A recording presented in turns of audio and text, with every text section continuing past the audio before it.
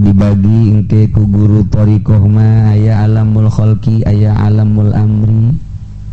Alam khalqi mah ngan sakikitu na sakadar kolab didukung ku unsur ma'u, unsur nar, unsur hawa, unsur ardu. Eta mah alam sogir. Ketika orang asup ke alam kabir mulai dedengian aya dedengian mulai dedeulean aya dedeulean mulai.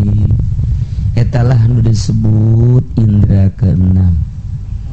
Urang ketiga nyarita urang salat bisa di alam nu eta, urang salat di alam nu eta. Allahu akbar, cak Allah, cak indra keenam ka aing sia. Urang sungutna Allahu akbar, hate urang Allah nu maha agung. Cek indra keenam deuk ka aing sia. Teu bisa dihayal-hayal, rasa teh kos kitu.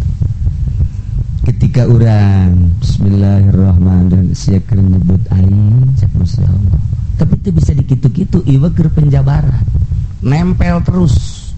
Indra keenam teu meunang goyang saeutik pindah. Di alam nu eta mah sensitif teh asal inget bae misalna urang teh ayeuna mah aya reungit nyoco inget ka reungit alam eta leungit.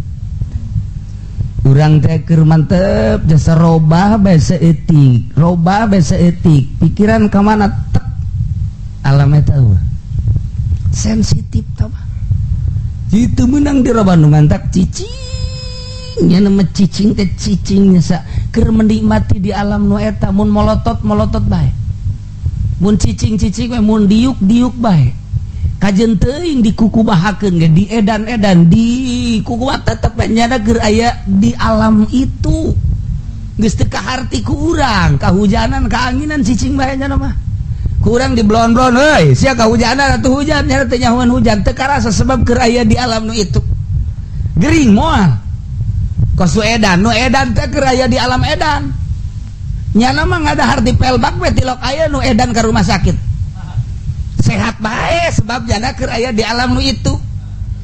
Kajen teh kumaha ge nyana mah kitu bae kahujanan kaanginan nu edan moal kumaha. Bisana gering so teh urang di alam sogir kemudian teu sesuai jeung alam sogir gering.